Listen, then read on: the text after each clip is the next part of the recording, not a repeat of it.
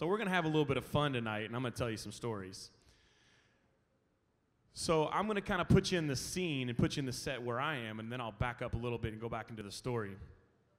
So a good friend of mine, his name is DJ Vice. He's one of the top 5 DJs in the world. Me and him are standing up in the DJ booth of an upscale lounge that used to be downtown, and we're overlooking the whole entire lounge, and it's just packed with people. And there's celebrities and NFL players and different people in the club, and it's just rocking. And Vice is DJing, and we're having fun, and all of a sudden I see this kind of bigger guy come up to the DJ booth with a bottle of champagne, and he hands the bottle of champagne to Vice, and he says, "Vice, I'd give you more champagne, but the club's all out." So I start freaking out a little bit, and I'm thinking, okay, this is my club. Why are we out of champagne? So I'll stop here first and get back into that. So a good friend of mine who owns probably the biggest nightclub bar restaurants in the country told me he was coming into the Derby and he was bringing in a pretty big shark named Benji. And Benji was a guy that liked to have lots of fun. So to get back into the story, I look at Vice and I say, "Do you know that guy?" And he said, "Yeah, that's Benji." And I said, "Okay." So the first thing I look at Benji when he tells me, he says, "We have no more champagne, and I'm ready to buy more champagne." So I stop, and the event planner in me, I look right at him, and I say, "You know what? That's probably a mistake. We've got to have more champagne." So I go to my staff. I say, "Guys, what's going on? Why do we have no more champagne?" They're like, "Joey, we're sold out. We have no more champagne." So as an event planner, champagne's not cheap, and this is high-end dollar champagne. So you don't order a lot of champagne at Derby, because at the end of the Derby, if you do a party like here at the Ice House, you don't want them to sit on the product, and you never sell it outside of the Derby. So I start freaking out, and I'm like, well, where can I get champagne at 12:30 in the morning? This guy is ready to spend money. So I said, I'm going to make a phone call. So I call my sales rep. I'm not even going to say his name in here because I'd get in trouble if I did. But I called him at 12:30 in the morning. He answered his phone. I said, "I need champagne." "How much champagne do you need?" "I need 4 cases of Dom Perignon." "Joey, it's 12:30 in the morning." I said, "I will pay you $500 cash, and the police officer that's sitting outside of my lounge, he's on the way, police escort, to pick you up right now. And you guys will go to the warehouse and bring me back these 4 cases of champagne." So about 20, 30 minutes ago, I go over to Benji's table. I'm trying to ask him if he needs anything, comp him a bottle of liquor. Next thing I know, I hear lights and sirens coming down Main Street and walk out front. Well, there's 4 cases of champagne just chilling in the back seat of this cop car. So I'm laughing, and I can't believe we pulled it off. So the next thing I know, I go up to Benji. I'm like, "Hey, we found 4 more cases of champagne." He's like, "Great, I'll take all of them." So I'm thinking, this guy just ordered 48 bottles of Dom Perignon. This is going to be a good night.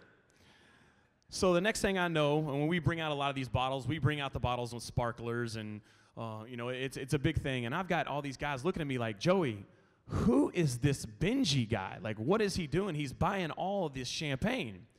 The best part about it was he didn't drink any of the champagne. He was just handing the bottles out to people inside the bar because all he wanted was to drink was Coors Light.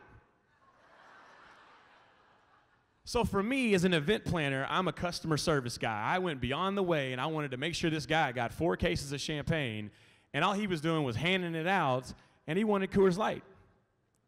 So at the end of the night, I go up to him, and he's getting ready to pay his tab, and I'm looking at this tab, and I'm like, $36,000. That's a good night. So I hand Benji the tab, give him the tab, and he looks at me and goes, "That's a light night. In Vegas, this would have cost me about $120,000.